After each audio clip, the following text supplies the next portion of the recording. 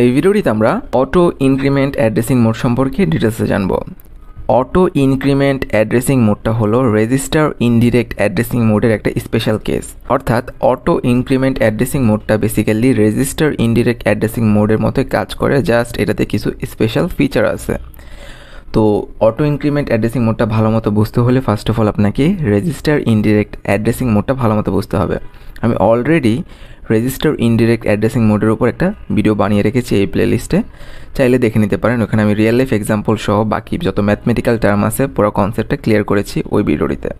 তো ওই ভিডিওটির লিঙ্ক আমি ডিসক্রিপশন বক্সে দিয়ে দিব, চাইলে দেখে নিতে পারেন। তো এখানে একটা আমি বেসিক ওভারভিউ দিব যে কি রেজিস্টার ইনডিরেক্ট অ্যাড্রেসিং মোড কীভাবে কাজ করে, কারণ এটা না দিলে আপনি এই টপিকটা একদমই বুঝতে পারবেন না। তো এই যে দেখেন এখানে সিনারিওটা আমরা দেখতে পাচ্ছি। ফার্স্ট অফ অল কি এটা ছিল register indirect addressing mode. So এখানে যে ইনস্ট্রাকশনটা ফেচ করে সিপিইউ, সেই ইনস্ট্রাকশনটাকে ডিকোড করার পরে সে একটা অপকোড পায় এবং একটা অ্যাড্রেস পায়। এখন সেই অ্যাড্রেস অনুযায়ী, যেহেতু এখানে কি রেজিস্টারের অ্যাড্রেস দেওয়া থাকে, তো সেই অ্যাড্রেস অনুযায়ী সে যখন রেজিস্টারে যাওয়ার পরে ওই অ্যাড্রেসে যাওয়ার পরে সে দেখে যে কি না, এখানে তো অ্যাকচুয়ালি সে যে ডাটা নিয়ে কাজ করবে সেই ডাটাটা এখানে নেই। তাহলে এখানে কি আছে, এখানে দেখলো যে কি এখানে আরেকটা অ্যাড্রেস দেওয়া আছে, সেটা কার অ্যাড্রেস, সেটা হচ্ছিল মেইন মেমোরির অ্যাড্রেস দেওয়া আছে। তো সে ভাবলো যে আছে যেহেতু আমি ডাটাটা এখানে পাই নেই, তাহলে আমি ওই মেমোরিতে যেয়ে দেখি, ওই মেমোরি লোকেশনে যেয়ে দেখি ওখানে ডাটাটা আছে কিনা। তো যেয়ে দেখলো যে হ্যাঁ, মেমোরির ওই লোকেশনে ডাটাটা আছে। তার মানে এখানে ডিরেক্টলি যে রেজিস্টারের অ্যাড্রেসটা দেওয়া থাকে রেজিস্টার ইনডিরেক্ট অ্যাড্রেসিং মোডে, সেই রেজিস্টার অ্যাড্রেসে গেলে আমরা ডিরেক্টলি ডেটাটা পাই না, সেখানে গেলে আমরা আরও একটা অ্যাড্রেস পাই, এবং ওই অ্যাড্রেস অনুযায়ী যখন আমরা মেইন মেমোরি লোকেশনে যাই তখন যে আমরা ডাটাটা পাই, আমরা যে ডাটা নিয়ে কাজ করব। তাই এটাকে বলা হয় কি রেজিস্টার ইনডিরেক্ট অ্যাড্রেসিং মোড, কারণ আপনি ইনডিরেক্টলি ডাটাটা পাচ্ছেন, ডিরেক্ট ওই মেমোরি লোকেশনে গিয়ে কিন্তু ডিরেক্ট রেজিস্টার সেট থেকে ডাটাটা কালেক্ট করতে পারছেন না। তো সেম ফিচার ফলো করে হচ্ছে আপনার অটো ইনক্রিমেন্ট অ্যাড্রেসিং মোড। এখানে কিছু ফ্যাক্ট লেখা আছে, এটা যদি আমরা একটু পড়ি। In this addressing mode, after accessing the operand, the content of the register is automatically incremented by step size D. তো এটা কি, এটা এখন বোঝার দরকার নেই, এটা আমরা যখন এটা বুঝে ফেলবো অটো ইনক্রিমেন্ট অ্যাড্রেসিং মোড কীভাবে কাজ করে, আপনি অটোমেটিক্যালি এই লাইনগুলি বুঝতে পারবেন। Step size D depends on the size of the operant access, only one reference to memory is required to face the operant.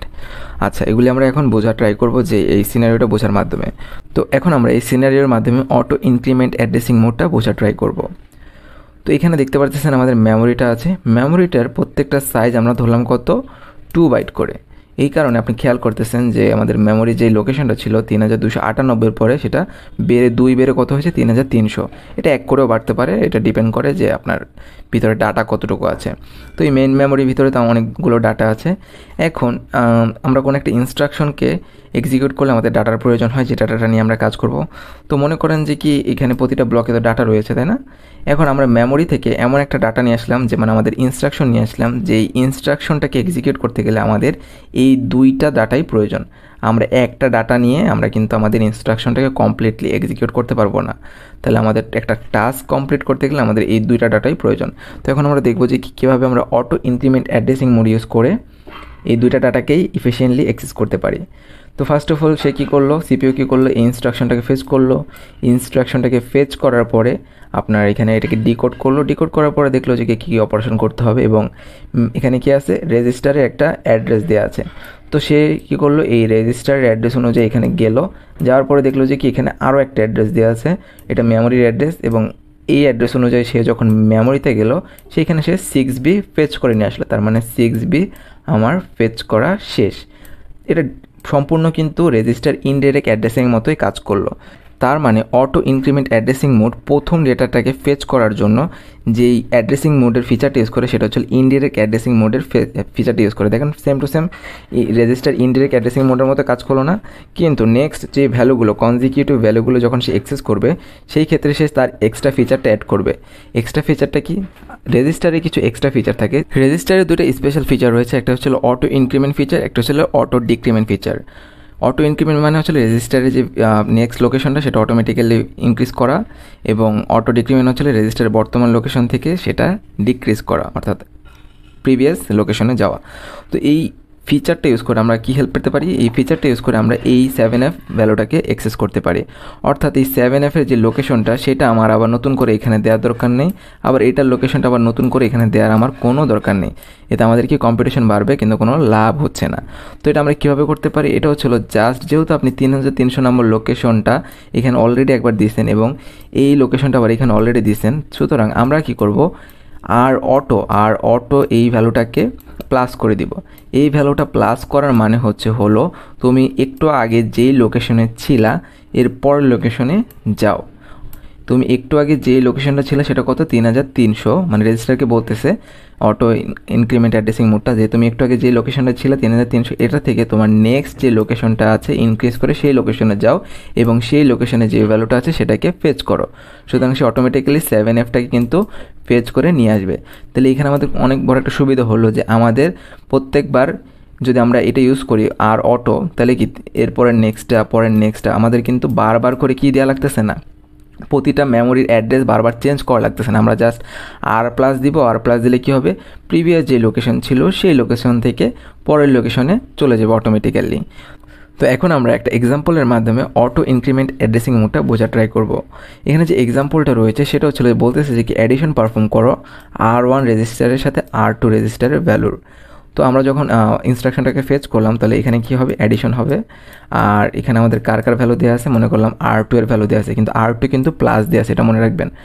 R2 আমার প্লাস দেওয়া আছে, তার মানে এটা কি আমরা auto increment addressing mode use করতেছি। সুতরাং R2 এর ভ্যালুটা কোথায় আছে, মনে করেন R2 এর ভ্যালুটা এখানে আছে। তাহলে এই অনুযায়ী আমরা গেলাম কোথায়, R2-তে গেলাম। R2-তে যাওয়ার পর আমরা দেখতেছি যে কি 3300 লোকেশন দেওয়া আছে মেইন মেমোরির। সুতরাং 3300 লোকেশনে গিয়ে আমরা কি ফেচ করে আনলাম, আমরা ফেচ করে আনলাম 6B। সুতরাং এখন R1 এর সাথে আমরা কি করব, R1 এর ভ্যালু কত, R1 এর ভ্যালু হচ্ছে এখন R1 প্লাস আমরা কত ভ্যালু ফেচ করে আনলাম 6B, কারণ এটা আমরা R1 এর সাথে যোগ করে, কারণ এখানে বলা হচ্ছে যে কি R1 রেজিস্টারের সাথে R2 এর রেজিস্টারের ভ্যালুটা যোগ করে সেটা R1 এর মধ্যেই জমা রাখো। তাহলে আমরা R2 রেজিস্টার থেকে যে ভ্যালুটা পেলাম, মানে ইনডিরেক্টলি সেটা কত পেলাম, 6B পেলাম। এখানে কিন্তু আমাদের কাজটা শেষ না, এখানে আবারও বলতেছে যে কি ইনক্রিমেন্ট করে রাখতে বলতে যে R2তে এখন কি আছে ভ্যালু, R2তে এখন আছে 6B। তো বলতেছে যে না, R2তে আমরা 6B রাখবো না, কারণ 6B তো আমরা ইউজ করে ফেলছি। এর পরের লোকেশনে যে ভ্যালুটা আছে সেটা তুমি জমা রাখবা। তাহলে R2-র মধ্যে জমা থাকতে হবে কত, R2 এর মধ্যে জমা থাকতে হবে এখন পরের লোকেশনে কত আছে 7F। তো এই 7Fকে অ্যাক্সেস করার জন্য যেহেতু আমরা প্লাস দিছি, সুতরাং অটোমেটিক্যালি সে কী করবে, এই রেজিস্টার কী করবে, এটাকে 2 করে ইনক্রিমেন্ট করে দেবে, কারণ প্রতিটা মেমোরির সাইজ আমরা 2 ধরে নিছি, 2 বাইট করে ধরে নিছি। সুতরাং কত ডিফারেন্স, 2 অ্যাড করে দিবে। জিনিসটা এখানে দেখতে পাচ্ছেন R2 ইকুয়ালস টু কি, R2 plus D। R2 plus ডিতে যাওয়ার পরে সে দেখলো যে কি এখানে 7F আছে, তার মানে কি আমরা এখন R2 এর মধ্যে 7F রাখতেছি। সুতরাং জাস্ট এখানে কি আমরা ইনক্রিমেন্ট করে করে আপনার পরের মেমোরি লোকেশনগুলো যে ভ্যালু থাকে সেটাকে অ্যাক্সেস করতে পারতেছি। ইনক্রিমেন্টের সুবিধা না থাকলে আমাদের এখানে যেই সমস্যাটা হতো সেটা হলো যে ফার্স্ট অফ অল আমাদের এখানে কি করতে হতো, এইখানের মেমোরি লোকেশনটা আবার ইউজ করা লাগতো এখানে নতুন একটা স্লটে, সেটা ভ্যালু কত 3302 এই ভ্যালুটা আছে। এই ভ্যালুটার জন্য কি একটা নতুন রেজিস্টার এর ভেতরে রাখতে হতো, নতুন রেজিস্টারের ভ্যালু ভিতরে রাখতে হবে R3। এই R3টা আবার নতুন করে এখানে দিয়ে রাখা রাখতো, ঠিক আছে। সুতরাং কি আমাদের প্রসেসিং অনেক বেড়ে গেলো, ইনস্ট্রাকশনের সাইজটা অনেক বেড়ে গেলো। কিন্তু এখানে খেয়াল করেন যে মাত্র R2 রেজিস্টারের যেই রেফারেন্সটা আছে এটা দিয়ে আমরা এটাকে ইনক্রিমেন্ট করে করে আমরা নেক্সট ভ্যালুগুলোকে কিন্তু ইজিলি অ্যাক্সেস করতে পারতেছি। সুতরাং আমার কম্পিউটেশনও কম লাগতেছে, আমার রেজিস্টার বা মেমোরি লোকেশনও আর এক্সট্রা করে ইউজ করা লাগতেছে না। আচ্ছা, আরেকটা এক্সাম্পল দেখবো যেটা ম্যাথমেটিক্যাল এক্সাম, যেটা আপনার পরীক্ষায় আসতে পারে। তো বলা হয়েছে যে কি এখানে আপনার auto increment addressing mode use করা হয়েছে এবং প্রতিটা অপারেন্টের সাইজ হলো 2 বাইট, মানে প্রতিটা মেমোরি লোকেশন 2 বাইট করে করে, ঠিক আছে। তো এখন বলতেছে যে কি আপনার এখানে যে after fetching the operand 6B the instruction register auto will be automatically incremented by 2। তার মানে আর অটো উইল বি কত হয়ে যাবে, মানে আর অটো যখন 6Bকে একবার ফেচ করে ফেলবে, ফেচ করার পরে সেটা নিয়ে কাজ করে ফেলবে, তখন আর অটোর ভ্যালু যেহেতু ইনক্রিমেন্ট হয়ে যাবে, কত ইনক্রিমেন্ট হবে 2 বাইট, যেহেতু এখানে 2 বাইট করে ইনক্রিমেন্ট হবে, অর্থাৎ R2 এর ভ্যালু 3302 হয়ে যাবে, অর্থাৎ 3302 মেমোরি লোকেশনে যাও। তাহলে এইখানে এটার পরিবর্তে কত হয়ে যাবে 3302। তাহলে 3302 নম্বর লোকেশনে কত আছে ভ্যালু, 7F আছে, সেই 7F ভ্যালু নিয়ে আপনি কাজ করতে পারবেন। সিমিলারভাবে আমরা যদি আর প্লাস আবার ইনক্রিজ করি, মানে আমরা আবার ইনক্রিজ করলাম, সেই ক্ষেত্রে কী হবে, সেই ক্ষেত্রে পরের লোকেশনে যাবে, পরের লোকেশন কত হবে 3304। তাহলে সেটা আবার এখানে কি হবে, চেঞ্জ হয়ে যাবে। এভাবে ইনক্রিমেন্ট করে করে করে করে আমরা কি করতে পারি, নেক্সট মেমোরি লোকেশনগুলোকে অ্যাক্সেস করতে পারতেছি। আমাদের নতুন করে মেমোরি লোকেশন ক্রিয়েট করা লাগতেছে না, একটা স্লটেই আমরা বারবার বারবার করে ইনক্রিমেন্ট করে চেঞ্জ করে করে আমাদের মেমোরির ভ্যালুগুলোকে অ্যাক্সেস করতে পারতেছি। ওকে, এখন এখানে যে ফার্স্ট যে অপারেন্টটা থাকে ওটা আমরা জাস্ট ফেচ করতে হয়, প্রথমবারই আমাদের কম্পিটিশন করতে হয়, পরের বার জাস্ট আমরা রেজিস্টারের অটো ইনক্রিমেন্ট যে ফ্যাসিলিটিগুলি আছে সেটা ইনক্রিমেন্ট করে দেয়। কিসের ভিত্তিতে আমরা ইনক্রিমেন্ট করে দেয়, আপনার যে স্টেপ সাইজটা থাকে ডি, মেমোরির প্রত্যেকটা লোকেশন কত সাইজ করে, প্রত্যেকটা মেমোরির যে অ্যাড্রেসটা সেটা কতটুকু করে বাড়তেছে, 2/2 করে বাড়তেছে, সুতরাং স্টেপ সাইজ এখানে হবে 2। তো এইভাবে কিন্তু আমরা ইজিলি এই ফ্যাসিলিটি ইউজ করে আমরা যে কোনো মেমোরি কনজিকিউটিভ মেমোরির ভ্যালুগুলোকে অ্যাক্সেস করতে পারি। সেই ক্ষেত্রে আমাদের ইনস্ট্রাকশনের সাইজটাও কিন্তু বারবার চেঞ্জ করা লাগতেছে না, বা ইনস্ট্রাকশনটাকেও বারবার ডিকোড করা লাগতেছে না। তো এখন এটার অ্যাপ্লিকেশনটা কি, এটার অ্যাপ্লিকেশনটা হচ্ছিল যে আমরা যদি ফোর লুপকে ইমপ্লিমেন্ট করতে চাই, ফোর লুপ কি এরকম থাকে না যে ফোর লুপে ধরেন 5 বার চলবে, তাহলে 1 2 3 4 5 এটা কি সিকোয়েন্স মেনটেন করা না কোনো একটা, তাহলে এই সিকোয়েন্স মেনটেন করার জন্য যেহেতু আমাদের বারবার ফোর লুপটাকে চালাইতে হয়, সুতরাং আমরা বারবার ইনস্ট্রাকশন চেঞ্জ করব না, আমরা just auto increment addressing mode use করে লুপের ভ্যালুগুলোকে আস্তে আস্তে চেঞ্জ করে আপনার ভ্যালুগুলোকে ডেটাগুলোকে অ্যাক্সেস করব।